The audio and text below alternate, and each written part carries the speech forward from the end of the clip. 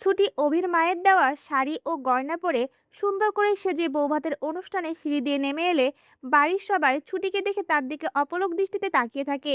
এই ফুল এপিসোডটি পেতে এক্ষুনি চ্যানেলটি সাবস্ক্রাইব করুন। এই পর্বে দেখা যায় অভির মা ছুটি ও অভির বিয়ের নিয়ম পালন করার জন্য পরদিন সকালে অভি ও ছুটির রুমে যায়। আর সেখানে গিয়ে ছুটিকে একদম সাদা মাটা লুকে দেখে বলে ওঠে, তুমি বিয়ের পরের দিন শাড়ি না পরে এমন চুড়িদার পরেছো কেন? ছুটিও তখন বলে ওঠে, আসলে আমার তো তেমন শাড়ি নেই, আর আমি এই জামাগুলোই নিয়ে এসেছিলাম, তাই এটাই পরেছি। তখন অভির মা বলে ওঠে, না, এসব পরা যাবে না। তুমি নতুন এই বাড়িতে এসেছো, এবারের বউ তুমি, তাই তোমাকে এবারের নিয়ম মেনে চলতে হবে। এরপর দেখা যায় অভির মা নিজের হাতেই ছুটির হাতে তার শাড়ি ও গয়না তুলে দেয় আর বলে ওঠে, এই শাড়ি আর গয়নাগুলো আমি আমার বৌভাতে পরেছিলাম, এটা এখন তোমার। তুমি এটা পরে রেডি হয়ে নিচে নেমে এসো।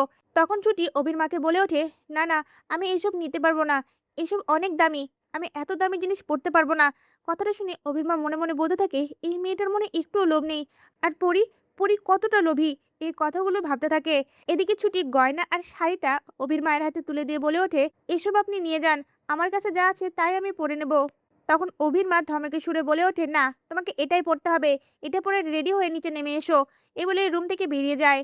এরপর দেখা যায় ছুটিও অভির মায়ের কথা ফেলতে না পেরে সেই শাড়ি আর গয়নাগুলো পরে আর সুন্দর করে সেজে সিঁড়িতে নেমে আসতে লাগলে অভির মা অপলক দৃষ্টিতে ছুটির দিকে তাকিয়ে থাকে আর মনে মনে বলতে থাকে, এই মেয়েটা এত সুন্দর, আমার অভি ভুল মানুষকে বিয়ে করেনি। এই কথাগুলো ভেবে মুচকি মুচকি হাসতে থাকে।